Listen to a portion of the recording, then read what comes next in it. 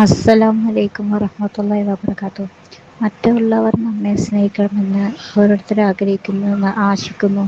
കൂട്ടുകാരുടെയും നാട്ടുകാരുടെയും വീട്ടുകാരുടെയും അയൽവാസികളുടെയും എല്ലാവരുടെയും സ്നേഹം കിട്ടണമെന്ന് അതിയായി ഓരോരുത്തരും ആഗ്രഹിക്കുന്നു.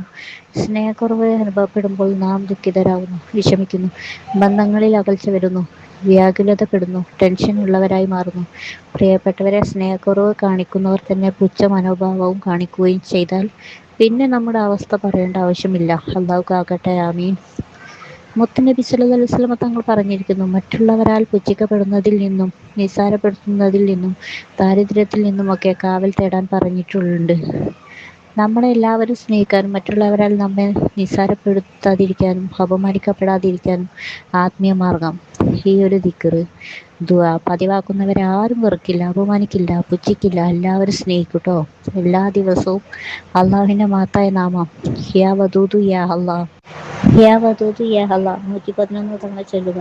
ഈ ഇസ്മ ചൊല്ലിക്കഴിഞ്ഞ ശേഷം മുത്തുനബി നമ്മളെ പഠിപ്പിച്ച ദുആ 7 തവണ ചൊല്ലുക. ദുആ പറയാം: അല്ലാഹുമ്മ ഇന്നി അഊദു ബിക മിനൽ ഫഖ്രി വൽ ഖില്ലത്തി വസില്ലത്തി. ഈ ഒരു ദുആയും എല്ലാവരും പതിവാക്കുക. മേൽ പറഞ്ഞ എല്ലാ കാര്യത്തിൽ നിന്നും സലാമത്ത് ലഭിക്കുന്നതാണ്. ഇൻഷാ അല്ലാഹ്. അല്ലാഹു സുബ്ഹാനഹു വ തആല തൗഫീഖ് നൽകി അനുഗ്രഹിക്കുമാറാകട്ടെ. ആമീൻ യാ റബ്ബൽ ആലമീൻ. അസ്സലാമു അലൈക്കും വറഹ്മത്തുള്ളാഹി വബറകാതുഹു.